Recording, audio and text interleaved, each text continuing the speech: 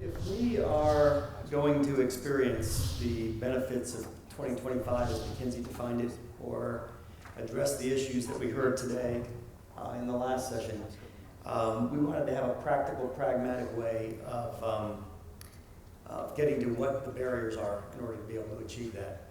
And so my name is Vince Albanese. I'm the CEO of Haven Health, which is in the blockchain notifications and logistics business. And I'm joined with my colleague, Scott Stuewe, the president of DirectTrust, to talk about seamless, safe notifications and what that means. And we're calling that a new modality. So if you ask this, what should be a relatively simple question here of how can we remind a patient that they need to take their AIDS medication, there is complexity built into that all over the place. And so while we would like to talk about the grand scheme of what could and should happen, the subject of we is a problem. So there isn't a problem if everybody buys into the Amazon model and they all do one thing, right? But the definition of we is all of us working together around this, which is why these conferences and things are important. The other thing is, as soon as you start to get into AIDS and behavioral health and the other things that really impact us as human beings as things go, this information is being restricted in all kinds of ways. So this problem is extraordinarily difficult to tackle. So why is that? So what we have here is not a problem with underrepresentation by IT or technical staff, or it's not a problem with people volunteering or working together. We have a major logistics problem in healthcare. And that is the problem that Haven, DirectTrust, and all the entities working together are attempting to solve. The issue has to do with local optimization versus global optimization here. So until we begin to look at the entire problem from end to end, as this described, and to work through the logistics there, we're really never going to get to a solution that's meaningful. What local optimization means is that if you're a payer and you develop the world's best healthcare portal for handling prior authorizations, but the doctor has 6 of them that they have to deal with, then you are locally optimizing. Right? If you're the American Medical Association working on mechanisms to reduce prior authorization, let's stick with that example for a second, and you come back with something that is biased toward the doctors, then you are locally optimizing. So we're working on solving this kind of a problem. What is the definition of why, if we don't do that, it's an issue? It's because you generate waste in the system. So I'm a student of Ellie Goldratt, which just indicates my age, I guess, on throughput and theory of constraints and those types of things. So fundamentally, global optimization is what we should be after in a healthcare setting, and it's our mission here. So I'm joined by Scott Stuewe, the president of DirectTrust, and we are working together. The point that this has to be solved from an industry consortium perspective is absolutely critical, and Scott, in my opinion, manages and runs one of the best in the country in that area. So the question that Scott asks is the kind of the dirty secret in how we operate, which is it's really the friction that comes from us not wanting to share PII that is preventing PHI from being distributed here. Competitors, political pressure, all kinds of things stop us from wanting to talk about who those patients really are. So that is the problem that we're working together on. And Scott, I'll turn it over to you for a market summary. Thanks, Vince. So, appreciate the opportunity to share a little bit with you all. So I've been roughly 30 years in the industry. I've worked as an interoperability expert, whatever that means, for a really long time, starting in the interface realm, system-to-system communication, all the way through today where regional and national networks are starting to play a huge role. And as we've gone through this exercise, from the very beginning of my work in the days when I installed my first master patient index system in 1999, just about the same place as where we are with regard to patient matching, which is to say, in patient matching, remember, is the problem of trying to get the artifact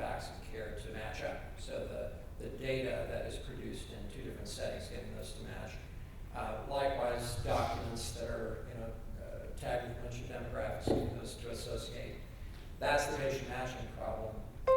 Additionally, you have this problem of what I'd call duplication, where in an individual institution, frequently up to 20% of the records are duplicates, which is to say there's more than one me in the system, and 20% of the records are in fact duplicates of others.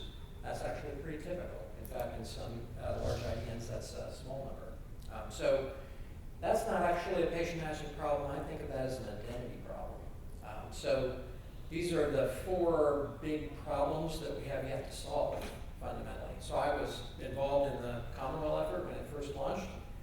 Identity was at the center of what it is Commonwealth wanted to do, and Commonwealth hasn't really quite gotten there, and no one has yet. So the question of identity is actually still a fundamental issue. Next is consent. So consent, Vince talked a little bit about that. Consent's straightforward for treatment between providers as long as the data is not sensitive in any way. So if it's sensitive in any way, if it's substance abuse treatment data, if it's behavioral health data, if it's all of that data actually needs to have different things, consents in different states, which is a complex problem. If you got explicit consent on everything, then it would work in all states. But in the absence of that, the rules are very different. The fourth is what I call this tension between mass centralization on the one hand and mass synchronization. So if I'm going to centralize everything, if I've got one system, if everybody's on one platform, I only have to get that system to work together. If on the other hand, I've got lots and lots of systems, I'm going to have to get all of those systems to synchronize. And the more of those systems there are, the harder that synchronization problem is. This tension remains in our world and is actually codified in TEFCA. So if you're a reader of TEFCA, you appreciate that TEFCA basically set up the tension very, very dynamically by saying that there will be a relatively small number of highly centralized organizations that will nonetheless synchronize between each other for the purpose of patient identification, not for the records themselves, but for the patients. So this is the challenge we have. So if we're going to get past this, the fundamental issue is to grapple with a solution that might actually start with the identity problem. So if we actually build a system that was built on the notion that identity was at the source of what it is we needed to do first, that identity could basically solve the patient matching problem. And by identity, I mean, let's get it right to start. Let's identity proof people when they show up, wherever they show up, but then also issue them a credential that can be utilized in various settings. So that's what kind of the solution might look like. And then if in the process of doing that, we actually also involve the patient in the process and could capture their consent in the process of enrolling them in such an activity, enrolling them in a payer portal, for example. If a payer portal represents an identity proofing event that could be brought up to a certain level that would be adequate for the purposes of issuing a credential, which by the way they do already. Okay, they issue credentials to get access to your EOB. That's PHI. So you're getting access to PHI with the credential that you get in an identity proofing. That's probably not quite up to the standard of IAL2 under NIST's expectations, but it's pretty good. So could it be tuned up? Yes, it could. And if it were, and you captured the patient's identity and their consent at the same moment, and then issued them a digital credential at that moment, you could get a lot done, and a lot would work better. So that's the fundamental thought. Now, notifications as a modality is a little different than query and push. So push is DirectTrust is we run the DirectTrust network, which is to say we're the operators of or our members are the operators of a network that run basically 1 billion transactions a year at this point through being pushed back and forth by people who know who they're sending to because of our trust framework. That's different than query, which is, the patients are in front of me, where are their records? And it's also different from this notifications idea. Notifications is different because it involves all this interest in communications. So notifications are really of greatest interest to the payer. The payer would like to have notifications on virtually anything that happens to their patient, but they'd also like to have the ability to communicate to the patient and the provider in order to, aggressively manage care. So that's the kind of the subtext of what a federated subscription-based notifications model would do from a value proposition standpoint. Starting with the notion of identity first, simplifying the problem of NPI, because NPI is frankly a costly aspect of how we do interoperability today. So skipping over the TEFCA world to a world in the future where everyone's communicating by FHIR or other mechanisms that are point-to-point without necessary intermediaries. How does that look in a world where I've got this sort of mass synchronization that is an expectation? So this is, I think, the context we're looking at kind of laying. The interesting thing about working with Vince is that Vince is a blockchain company now, so Vince works for a blockchain company. Blockchain has a potential role to play around undermining this fundamental tension between centralization and synchronization for the purposes of something that would be manageable. So if you start with something like the subscriptions on a patient, you could have the subscriptions contain the who, what, where, and why about this particular subscription. Would be the what identity proof individual is it about, what identity proof individual is interested in receiving information about this, and then what do I want to know about, and is consent obtained. So all of that could be managed in a distributed ledger.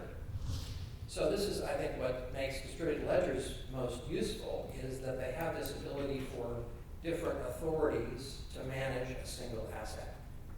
This is, again, the challenge. If payers don't want to share 300 million records, or frankly, whether they want to share them or not, it's just tactically challenging to provide 300 million records and then update them, about 20% of them or whatever a year, on a day when enrollment concludes. I mean, this is the challenge of, if they can manage that in their own environment, in their own node of a distributed ledger, that's the thinking about how this might work. So I'll turn it back over to Vince, and he's getting considerably more tactical than my finance guy stuff.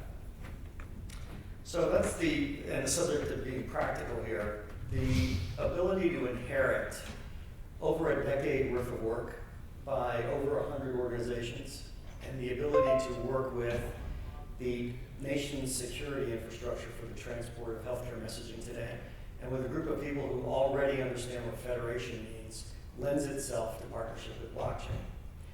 So the practical side of what we're doing here is the truth of the matter is on the progression of what happens with a blockchain. There is the newness and gee whiz cool stuff side of this. But the truth of the matter is what blockchain has done for us in the beginning was it caused people to get together and talk about what that means. In our case, our get-to-market strategy has been the medical doctors and medical societies in various states. Delaware has been our first use case. So the interesting thing is that we're finding that small states are taking a progressive posture. They want to be first with blockchain. Delaware was the first state to put their hand up and do some things with blockchain, and it's now moving across the country that way. So the medical doctors in those states, as part of that expansion, have adopted this strategy and understand that the goal here really is to reduce uncertainty in what happens. The problem with uncertainty is that it causes waste. So when a patient doesn't know what to happen next, what do? They pick up the phone, call their primary care physician, who doesn't have anybody to answer the phone, who calls back, and the cycle just starts over and over again. It works the same way with the payer. It works its way. It's rife through this, full of waste. Uncertainty, we believe, is the root cause of waste in healthcare. The way to alleviate that problem is to do something that sits over the top, that opens up free communication. And we believe the way to facilitate that is to not reinvent all that infrastructure. But who would you trust with that? What company could put their hand up and say that they want to own that? It has to be done through the industry. And in our opinion, that organization already exists and is run by this gentleman. So in the state of Delaware, we have managed, and I believe this is historic, to get the Hospital Association, the Medical Society, the Delaware Health Information Network, the state government, to all sit around one table to talk about one set of problems. And in their particular case, it's focused on prior authorization. So with this group sitting together, actually working, talking as human beings, with the technology being, what Scott challenged me was, can you federate the source of truth out there? So that's what the blockchain is going to do, and it's going to let all the rest of these pieces operate and flow like they used to. So that is how things are moving at a specific level. It is a subscription-based federated notification system running over the back of the nation's existing healthcare infrastructure as deployed by the HISPs and the work for DirectTrust. So on the subject of practicality, so if it's a modality, what is it fixing? So there are 4 takeaways, and I will credit another thought leader for me, Dr. Gideon Greenspan. So we're coming down this path, and there are 4 legitimate takeaways that come out of this. First is, let's acknowledge that there is risk with blockchain, and the projects you need to start, we have run head on into, we're already doing that 1,000 times, right? So that is not the place to go. For some entity or institution that already is a trusted intermediary is not the place to be displaced right out of the gate. So we're working to look for new applications out there, lesson number 1. Lesson number 2 is the blockchain will always be slower, less scalable, and more complex because you're deploying more nodes. However, there is an ROI to be determined. That ROI comes from commercial. Industry's afraid to have too much power on one hand. Regulatory cost of an audit or compliance sometimes exceeds the cost of deployment. Political factors, no one wants to host that data in one place because of the risk. So you look for those kinds of things, and it lends itself to blockchain. We believe that we are at that stage in the curve on adoption for blockchain on a wider scale. Number 3 is that this to us is really a data play. So, and what that means is it is different than an asset-based transaction on a blockchain. When you're replicating data, everybody is getting a copy or a pointer to the copy of that. So we are not doing there's no smart contracts, certainly no cryptocurrency, none of those things play, because in this case, all we're doing is we're really making sure that we are replicating data in a reliable, safe, and immutable manner. Number 4 is that it isn't really so much about transformation and revolution. We're talking about where we're going to be in 2025. I think that's the appropriate time frame. So this is slow adoption by risk-averse institutions where the privacy of our data as patients comes together. We want to be able to answer that question we asked at the beginning, that the patient, the AIDS patient, should be able to get from any institution. So if you're Apple and you can go end to end, you have the problem solved, you really don't need any of this. But we believe the world is going to always have institutions that need to interoperate, that need to be able to communicate with each other. And as such, the need to federate that, we think is paramount and critical, and the blockchain plays an important role there. So I will say that when I first approached Scott with the idea of a blockchain a year ago, that this is a long-term Cerner employee, ex-Cerner employee here, and I was skeptical, even in the beginning. He's seen a lot of technology come and go. But this idea has really germinated in a way that, truthfully, getting Scott to a blockchain conference is a big deal. But it's indicative of the adoption of these kinds of technologies as a technology, not as pixie dust or something you're going to sprinkle over something to affect the work. So we're doing practical, pioneering work. We're excited to be here. And Scott, thank you for the efforts of you and your entire organization in supporting this idea of federating it. Anything you'd like to close with? Well, just by way of closing, yeah. So I think the notion that the things we already have lying around. So there are lots and lots of organizations that today deploy notification systems. There are hundreds of platforms deployments. So the question of could you actually maintain those existing connections and allow for them to share a source of truth So the combination of a blockchain-based subscription database and a trust framework that enables the exchange across that model that is in existence today, which is DirectTrust, is, I think, a powerful opportunity we have.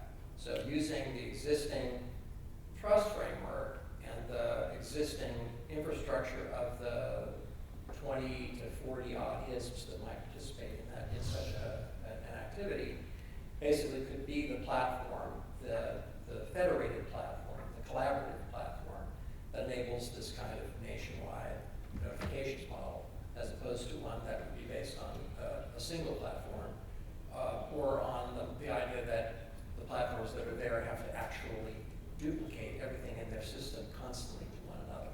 So that's the thinking about why blockchain. That's why I'm maybe a reason to come. Thanks very much. I would like to close with this thought here, is that I'm an active volunteer with DirectTrust. We're working on national standards for trusted instant messaging and important things in a healthcare setting. Scott and I also serve on the board of the Discover Alliance, which is another 501c6 that is working to enable discovery across the healthcare ecosystem. That has some very important players participating in that also, and I would encourage you to look at both of those consortiums as individuals work to help with federation and have us work together instead of this idea of, as you can tell, solidly against local optimization. We're trying to fix U.S. healthcare. So thank you for your time. The 2019 Converge to Accelerate conference is brought to you by IEEE, the world's largest technical professional organization for the advancement of technology. Boehringer Ingelheim, passionately working to improve healthcare. NASCO, advancing digital health together.